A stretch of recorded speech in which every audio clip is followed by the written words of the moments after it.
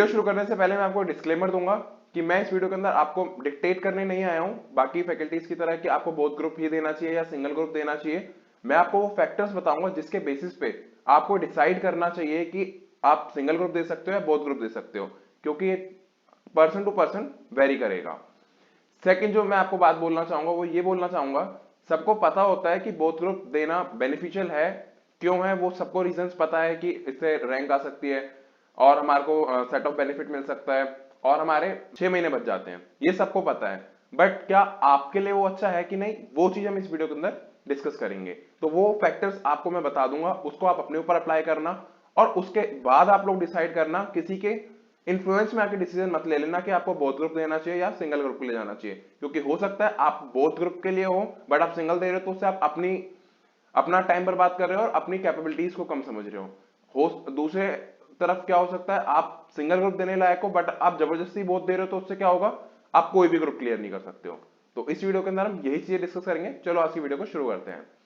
देखो, सबसे पहली चीज, कैसे पता लगेगा कि मैं बोथ ग्रुप दूं या सिंगल ग्रुप दूं, क्योंकि हो सकता है आपने अभी फाउंडेशन क्लियर किया हो, क्योंकि मेरे पास ऑलरेडी बहुत सारे कमेंट आते रहे हैं पास्ट में भी कि सिंगल ग्रुप दें या बोथ ग्रुप दें, और अभी रिसेंटली फाउंडेशन रिजल्ट आया तो मेरे को कमेंट्स आने लग गए इसके रिगार्डिंग। रिसेंटली जो कमेंट आया जब मैंने देखा कि हाँ भाई अब मेरे को इसके ऊपर वीडियो बनाना चाहिए। अब बच्चों की क्वेरी ये रहती है कि भैया हमने अभी फाउंडेशन क्लियर किया है, अब हम सिंगल ग्रुप के लिए जाए या बोथ ग्रुप के लिए जाए। दूसरी क्वेरी जो बच्चों की होती है वो ये होती है कि भैया हम ऑलरेडी एक ग्रुप दे चुके हैं बट हमें लग नहीं रहा कि हम पास हो पाएंगे, तो क्या अब जो नेक्स्ट अटेम्प्ट आ रहा है उसके अंदर हम सिंगल ग्रुप दें या बोथ ग्रुप दें। तो दो तीन क्वेरीज हैं जो बच्चे बार बार पूछते हैं। देखो, पहली चीज, आपको कैसे पता लगेगा कि आप सिंगल ग्रुप के लिए बोथ ग्रुप के लिए हो, वो आपकी प्रिपरेशन बताएंगी। अगर आपने जस्ट फाउंडेशन क्लियर किया है तो सबसे पहले आप अपना टारगेट बनाओ कि आपको अटेम्प्ट किस महीने में देना है। मान लो आप सीए स्टूडेंट हो, अगर आप सीए स्टूडेंट हो तो काफी सारे सीए स्टूडेंट क्या करते हैं, 15 महीने में पहला अटेम्प्ट देते हैं। रीजन में वो बोथ ग्रुप के लिए जाते हैं तो 15 महीने उनको चाहिए ही चाहिए, क्योंकि उनका सिलेबस बहुत ज्यादा होता है। उसी तरह सीएमए, मान लो फाउंडेशन आपने क्लियर किया है और आप सीएमए इंटर देना चाहते हो, तो कई बच्चे होते हैं जो 9 महीने में दे देते हैं और कई बच्चे होते हैं वो भी 15 महीने ले लेते हैं। तो आपको प्रॉपर अपने आप को देखना है कि आपको बोथ ग्रुप के लिए जाना है तो आपको प्रॉपर टाइम चाहिए उसके लिए। अब आप वो कैसे पता लगाओगे कि आपको कितना टाइम चाहिए। देखो, पहले क्या होता था, ऑफलाइन कोचिंग होती थी तो आपको पता नहीं होता था कि कितने घंटे में खत्म होगा, कितने महीने में खत्म होगा कोर्स। आजकल ऐसा कुछ भी प्रॉब्लम नहीं है, आजकल सबकी पेन ड्राइव्स अवेलेबल है। भले आपको ऑफलाइन जाके लेनी हो कोचिंग, बट हाँ आपको पता होगा कि उसके ये जो कोर्स है इतने आवर्स में खत्म हो जाएगा। फॉर एग्जाम्पल, मान लो आपको किसी फैकल्टी की क्लास लेनी है, मैं भी मान लेता हूँ आपको अकाउंट्स की क्लास लेनी है, आपने किसी भी फैकल्टी की क्लास ले ली। अब आपको पता है कि हाँ भाई अकाउंट्स का कोर्स मेरा 400 आवर्स में हो जाएगा, 300 आवर्स में हो जाएगा, कितने में हो जाएगा। फॉर एग्जाम्पल आपको लॉ की क्लास लेनी है, आपको पता है कि हाँ ये मुझे इस फैकल्टी से क्लास लेनी है और इसके इतने आवर्स में खत्म हो जाएगा। आप क्या करो, सबसे पहले एक पेज पे अपने आठों के आठों सब्जेक्ट के नाम लिखो, उसके बाद वहां पे एक और कॉलम बनाओ किस फैकल्टी से आप क्लास लेने वाले हो। ये सबको पता होता है कि आप किस फैकल्टी से क्लास लोगे। नहीं पता तो आप अपने सीनियर से डिस्कस कर सकते हो। किससे लोगे, अपने नोन से लेना, जो आपको सही गाइड करे, जिसके ऊपर आपको भरोसा हो कि हाँ मेरे को सही गाइड करेगा। लेकिन उससे ये मत पूछना सिंगल ग्रुप देना है बोथ ग्रुप देना है, क्योंकि उसमें उसकी बायसनेस होगी। आपसे फैकल्टी के नाम पूछना, फैकल्टी के नाम पूछने के बाद आपको क्या करना है, वहां पे अपना उनका जाके गूगल पे पेन ड्राइव देखनी है कितने आवर्स में इनका लेक्चर है। उसमें नीचे लिखा होता है, जो भी पेन ड्राइव परचेज करोगे नीचे लिखा होता है कि इसमें इतने लेक्चर्स हैं, इतने आवर्स के हैं, तो उसमें लिखा होता है, अप्रॉक्स होता है उतना, उसके आसपास ही होता है, तो आप वो सब लिख लोगे। अब इससे क्या आ गया, आपको एक टोटल टाइम मिल गया कि भाई मेरा बोथ ग्रुप की कोचिंग इतने टाइम में खत्म हो जाएगी। अब मान लो आप बोथ ग्रुप के लिए जा रहे हो, सीए स्टूडेंट हो या सीएमए स्टूडेंट हो, आपने क्या किया, 9 महीने का टारगेट लिया कि मैं 9 महीने बोथ ग्रुप दूंगा।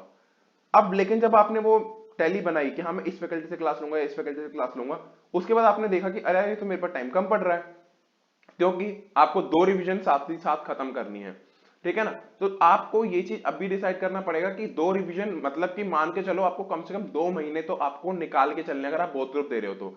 सिंगल दे रहे हो तो मैं 1 महीना फिर भी बोलूंगा, बट अगर आप बोथ ग्रुप दे रहे हो तो आपको 1 महीना 2 महीने रिवीजन के लिए निकालने पड़ेंगे। उसके बाद जो बचा हुआ टाइम है उसमें उन आवर्स को एलोकेट करो कि मुझे एक दिन में कितनी क्लास लेनी पड़ेंगी। क्लास लेने का मतलब है, अगर आप क्लास ले रहे हो तो साथ साथ आपको उसको रिवाइज भी करना है, प्लस जो बैकएंड बैकअप चल रहा है, मतलब कि जो आप ऑलरेडी कंप्लीट कर चुके हो क्लासेस में, आपको वो भी एक रेगुलर इंटरवल पे वो भी रिवाइज करना है। तो आपको ये भी चीज अभी कंसिडर करनी पड़ेगी कि हाँ भाई मान लो मेरे 400 घंटे की अकाउंट्स की क्लास है, तो 400 घंटे ये तो साथ साथ चलेंगे चलेंगे, प्लस जो मैं छोड़ता जा रहा हूँ पीछे। फॉर एग्जाम्पल मान लो आपने लॉ की क्लास परचेज कर ली, आपने अकाउंट्स ही खत्म कर दी, अब जो अकाउंट्स की क्लास खत्म कर दी, अगर आप इसको टच नहीं करोगे कुछ इंटरवल पे तो आप ये भूल जाओगे। ऐसी थ्योरी के केस में अगर मान लो आप आगे कॉस्ट की क्लास ले रहे हो और आप लॉ भूल गए, लॉ की क्लास आप ऑलरेडी कंप्लीट कर चुके हो, तो अगर आप लॉ रिवाइज नहीं करोगे तो आप भूल जाओगे। तो आपको क्या करना है, पिछला रिवीजन भी साथ साथ करते हुए चलना है।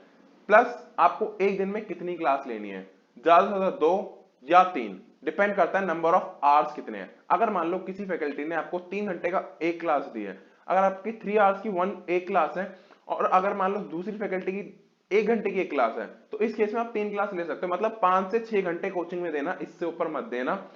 चाहे आप पेन ड्राइव ले रहे हो, चाहे आप ऑफलाइन कोचिंग ले रहे हो, 5 से 6 घंटे मैक्स टू मैक्स है। अपना 5 से घंटे अपने खुद की स्टडीज पे भी देना। ऐसा ना हो कि आप सिर्फ कोचिंग लेने में लगे हुए और उससे बेनिफिट कुछ नहीं होगा, आपका सिर्फ कोचिंग कंप्लीट होगा, आपको कुछ समझ नहीं आएगा।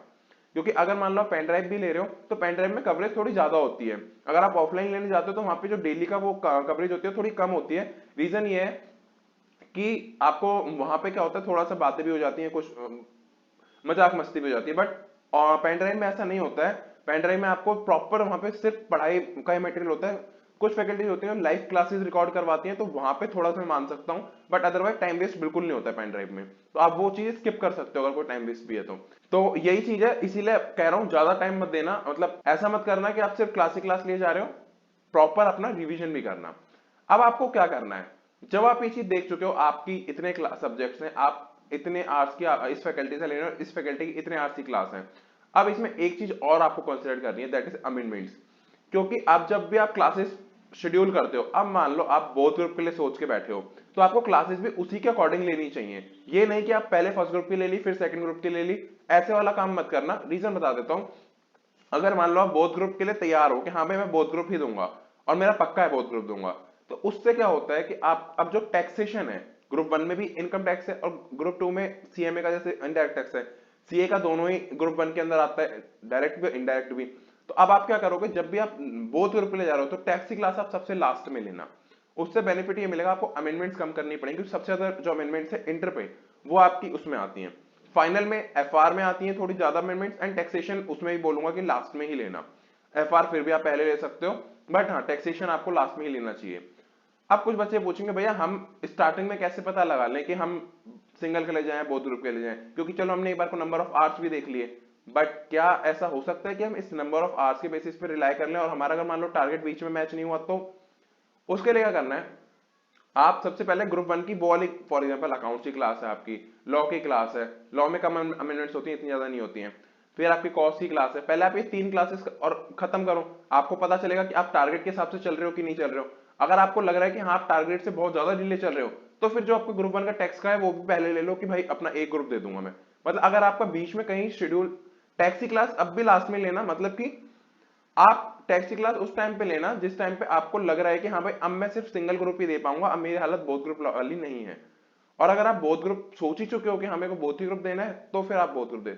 अब काफी बच्चे बोलते हैं क्या भैया हमें अटेम्प्ट स्किप करना चाहिए, क्योंकि अगर मान लो कभी कभी क्या होता है कि हम 9 महीने की बोथ ग्रुप सोच के बैठे हैं और वो बहुत डिफिकल्ट होता है, 9 महीने बोथ ग्रुप कंप्लीट करना बहुत बड़ा टास्क होता है। साथ में अगर आपका रेगुलर कॉलेज चल रहा है तो वो तो इम्पॉसिबल सा हो जाता है। तो अब काफी बच्चे कहते हैं क्या भैया हमें स्किप करना चाहिए अटेम्प्ट, ये आपके ऊपर डिपेंड करेगा। अगर आप ये सोचते हो कि हाँ मैं अटेम्प्ट स्किप करके बोथ ग्रुप निकाल दूंगा नेक्स्ट अटेम्प्ट में, तो डेफिनेटली आप स्किप कर सकते हो, बट उससे ध्यान रखना आप 6 महीने का रिस्क ले रहे हो अपने पास।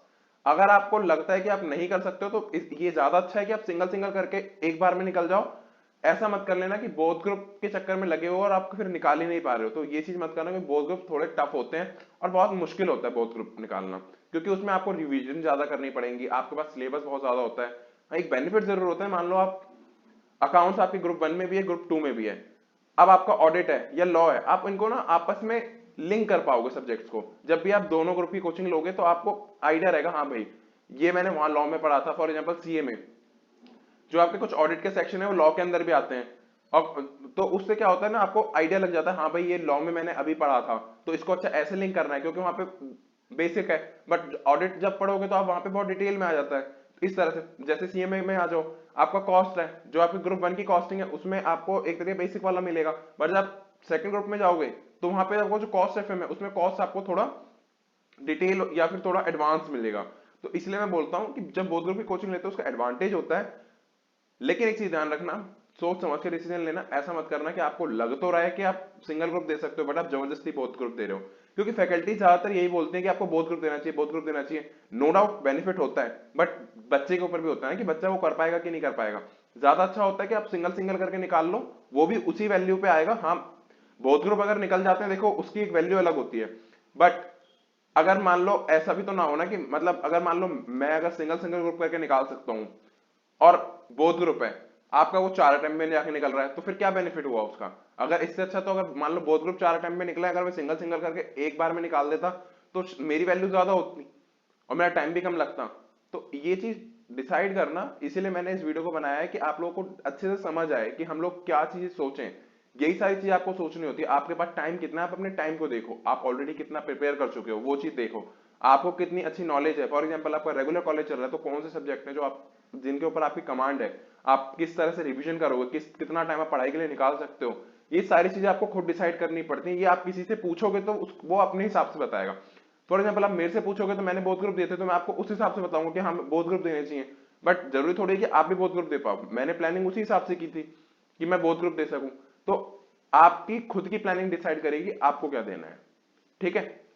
तो किसी के इन्फ्लुएंस में मत आना, क्योंकि काफी सारे लोग हैं जो ये आपको इन्फ्लुएंस करेंगे कि बोथ ग्रुप दो, बहुत बेनिफिट है, ये है वो है, बट देखा है तो बेनिफिट ऐसा कुछ नहीं है। आपको बस पास होना चाहिए। फर्स्ट अटेम्प्ट में कोशिश करो पास हो, चाहे आप सिंगल ग्रुप दे रहे हो चाहे बोथ ग्रुप दे रहे हो, फर्स्ट अटेम्प्ट में कोशिश करो पास होने की, वो बेनिफिट मिलेगा। अटेम्प्ट मैटर करते हैं नहीं करते वो एक अलग चीज है, बट कोशिश ये करो कि फर्स्ट अटेम्प्ट में निकाल लो, तो उससे आपका सीवी अच्छा इंप्रूव होगा, आपका टाइम बचेगा, ठीक है। फिलहाल आज की वीडियो में इतना ही है, थोड़ा लंबा हो गया वीडियो, बट हाँ अगर मैंने अभी भी कोई पॉइंट छूट गया या ऐसी कोई बात रह गई है जो मैं नहीं बताया मैंने इस वीडियो में, आप मुझे कमेंट बॉक्स में पूछ सकते हो, मैं आपको वहां भी रिप्लाई कर दूंगा। अदरवाइज आप मेरे सोशल मीडिया पे भी कनेक्ट हो सकते हो, मैंने लिंक दे रखे हैं। आप टेलीग्राम के दोनों चैनल्स पे मेरे से ज्वाइन हो सकते हो, एक डिस्कशन ग्रुप पे एक चैनल है, आप वहां भी ग्रुप में ही पूछ सकते हो, मेरे से पर्सनली पूछ सकते हो, या फिर इंस्टाग्राम पे भी कनेक्ट हो सकते हो मेरे से, आप वहां भी क्वेश्चन पूछ सकते हो, ठीक है। अगर मुझे लगेगा कि कोई टॉपिक ऐसा छूट गया जिसके ऊपर प्रॉपर वीडियो आना चाहिए, तो मैं प्रॉपर वीडियो ले आऊंगा, अदरवाइज आपको मैं क्वेरी का रिप्लाई कर ही दूंगा, ठीक है। तो फिलहाल आज की वीडियो में इतना ही रखते हैं। Thank you so much for watching this video. अगर आप लोग नए हो चैनल के ऊपर और आपको चैनल का कंटेंट पसंद आ रहा है तो प्लीज सब्सक्राइब करना चैनल को। एंड यस, इंटर के स्टूडेंट हो तो मैं एनसीएस वीडियो डालनी शुरू कर चुका हूं, आप लोग वो भी जाके चेकआउट कर सकते हो। एंड यस, लाइक करना वीडियो को, कमेंट करना, शेयर जरूर करना अपने फ्रेंड्स के साथ में अलग अलग ग्रुप के अंदर। मिलते हैं नेक्स्ट वीडियो के अंदर, जब तक के लिए टेक केयर, बाय।